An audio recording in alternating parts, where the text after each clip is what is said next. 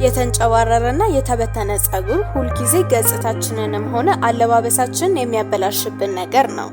ጸጉራችን ቅርጹን እንዲጠብቅና በቦታው እንዲቀመጥ ማድረግ ቀላል ቢሆንም እንደሱ ለማድረግ ትክክለኛው መንገድ ባለማወቅ የተነሳ ጸጉራችን ሁሌም ይንጨባረርብናል። በዛሬው ቪዲዮም የጸጉር መንጨባረርን ለማጥፋት መከተል ያሉብንን 5 ዋና ዋና መንገዶች ነግራችኋለሁ። ጸጉራችን ከደረቅ ይልቅ እርጥበት ሲኖረው ስታይል ማድረግ ትልቅ ጥቅም አለው። ጸጉራችን እርጥብ ሲሆን በቀላሉ ስለሚታዘዝ የሚንጨባረሩ ጸጉሮች በቀላሉ ይተኛሉ። እንዲሁም ትክክለኛ ቅርጻቸው የሚወጣው እርጥበት ሲኖር ነው።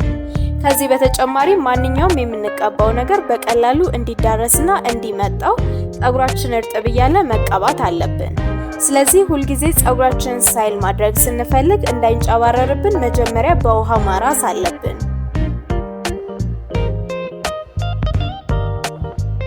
ጸጉራችሁን ፍሪዝ አድርጋችሁት ሁልጊዜ ከላይ ያለው ጸጉር ጭብርር ብሎ ከውስጥ ያለው ጸጉር ግን በደንብ እየተጠቀለለ ተቸግራችኋል?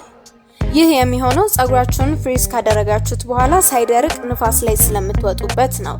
ንፋስ ሲነካን እያንዳንዱ የጸጉር ዘለላዎች በየአቅጣጫው ስለሚበተኑ ጸጉራችን ከላዩ በጣም ይንጨባረርብናል።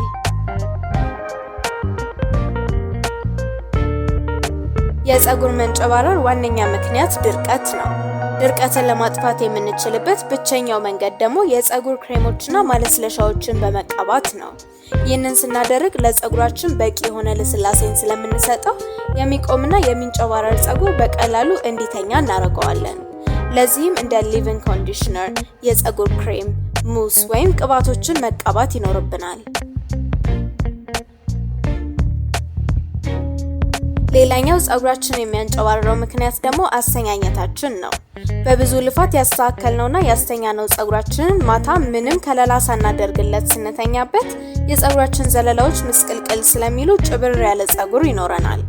ስለዚህ ሁልጊዜ ማታም ሆነ በማንኛውም ሰዓት ስንተኛ ከሲልክ ጨርቅ የተሰራ ሻሽ ማሰር ጸጉራችን ሳይንጨባረር በቦታው እንዲቀመጥ ይረዳል።